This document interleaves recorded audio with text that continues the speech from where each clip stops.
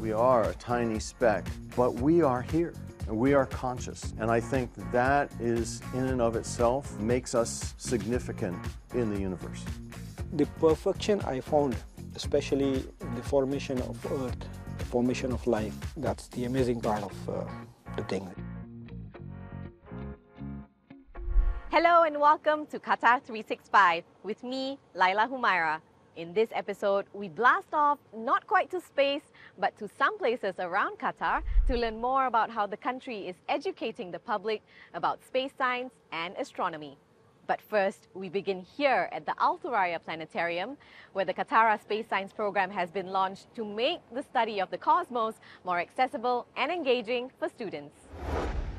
It follows the Earth in its orbit around the Sun, but stays the same distance, about 1 million miles out. That's former NASA Chief Technologist Jim Adams giving a presentation about the James Webb Space Telescope to a packed auditorium. He's also given lectures on space weather, NASA's Artemis program, and moon missions, which have been a hit with students. The Qatar Space Science Program takes students out of their classrooms to a place that's as close as they can get to outer space. The Al Thuraya Planetarium is filled with educational displays and memorabilia about space exploration and the solar system that will hopefully ignite their curiosity to infinity and beyond. The program is only in its third month, but organizers say registrations have skyrocketed from the first edition. The best thing is, in the beginning of this session, we had around plus 400 participants. In the second session also, it was more than 500. This time, this is the record breaking that we have around 600 participants. While Jim runs space programs for youths all over the world, he gravitated towards Qatar, pulled by its large population of bright young minds. I think Qatar has a fantastic, untapped genius in their youth. And if we can start encouraging them to consider STEM careers, that's science, technology, engineering, and math, then they can contribute to the global genius that needs to be applied to, you called it a space race, so globally there's a space industry, and everybody can play a part in that. And Jim means everyone, even artists like Aparna Mangalath Vijayakumar. This painting titled The Timekeeper's Galactic Journey, which is a surrealistic space fantasy. So I represented this as this hourglass as a time travel, the space journey through the ages. For the most anticipated activity of the day, the students had to wait for the sun to set. They're learning how to make a telescope from everyday materials. Unfortunately, it's a bit too cloudy for stargazing today. But beyond learning about space science, Jim hopes the students will also bring home the wisdom of how no individual is too small to make an impact on humanity and the world. Well, I think that it's an amazing universe, and I think that that gives us hope about what there is to study and understand our place in the universe. And yes, we are a tiny speck, but we are here, and we are conscious. And I think that is, in and of itself, makes us significant in the universe. Well, another individual many students in Qatar look up to is Dr. Khalid Al-Ali, entrepreneur, deep tech visionary, public speaker, and not to mention so far, the only Qatari to have worked at NASA. Dr. Khalid's eclectic career has taken him down many different paths that all lead to one thing: exploring the unknown. I caught up with Dr. Khalid to find out more about this zest for knowledge and learning. Dr. Khalid, thank you so much for joining us here at Al Thuraya Auditorium. Firstly, I wanted to start with your interesting backstory about how your passion for space first ignited. Can you tell us about that story? My passion for space started very, very long time ago when I was a young boy. I was about 10, 11 years old. My mother wakes me up one evening and she says, come and say hi to the guests. We went downstairs, all these guests are there, and there he was. I instantly recognized him because he was the first American to go to space, one of the first 7 astronauts to be selected for the space program in the United States, and one of the people who walked on the moon. The most exciting part about the encounter was the effect it left on me. Before we parted ways, he said, not even the sky is the limit. Follow your ambition. And from that moment, my gaze, which was aiming at the horizon, went from this way all the way to the stars, and I haven't looked back since. You went on to spend 10 years at NASA, where you accomplished many things. What were some of the highlights? Some of the highlights were the design and build of a robot that goes to the moon. I'm still the only Qatari to work at NASA, and the only one to have flown spacecraft with NASA. We did some also cool things, such as investigating hibernating humans for long-term space travel.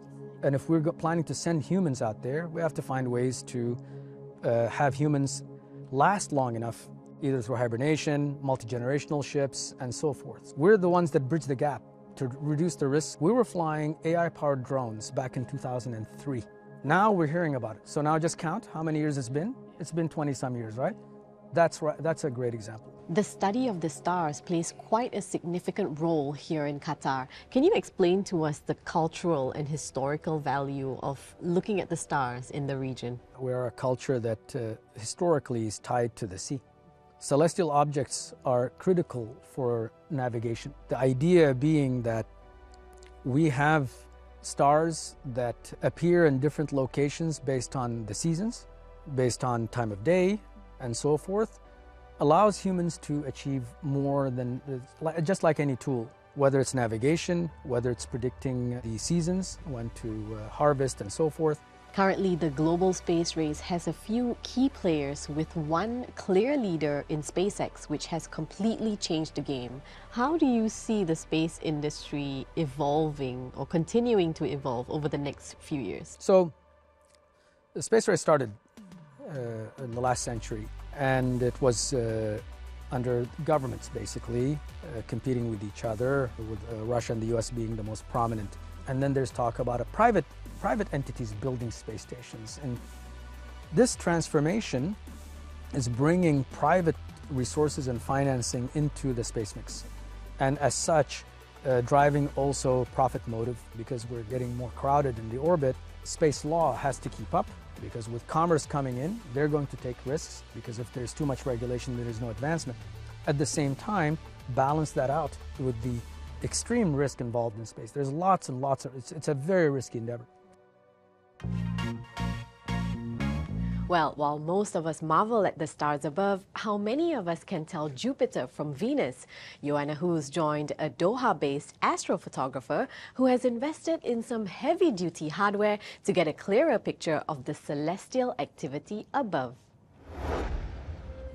As the sun sets over Qatar, Rizwan Ahmad is gearing up for a long night out in the sticks.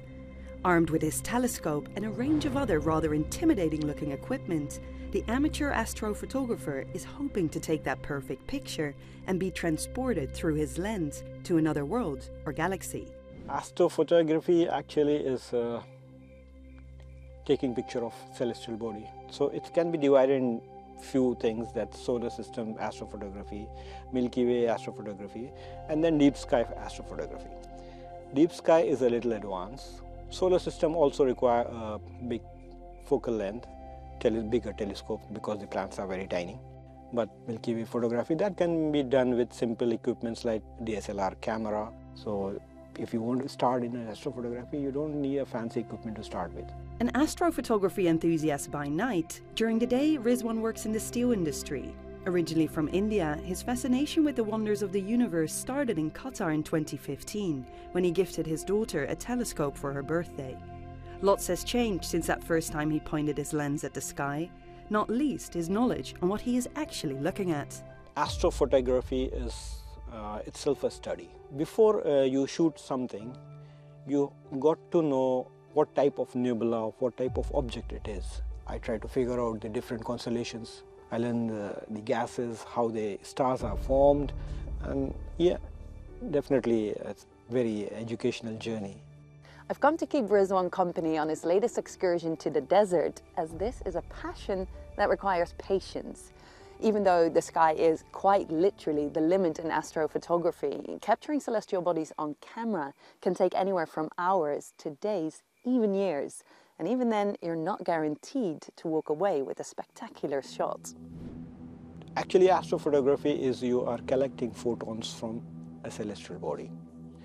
So, amount of photons you get in a specific time is the time you need to complete a picture. Some targets, they are so bright, you can finish in 1 hour. I did a picture of, it's called Squid Nebula. It's so faint that it's been discovered recently in 2011. It took me 2 years. I was proud of that image. It was so beautiful. The desert skies and Qatar's relatively little light pollution offer Rizwan a helping hand, but even in the perfect weather conditions, astrophotography is by no means an easy hobby. That doesn't deter Rizwan though, who is committed to keep shooting the stars, as for him, the splendors of space make it all worth it. The perfection I found, especially in the formation of Earth, the formation of life, that's the amazing part of the thing.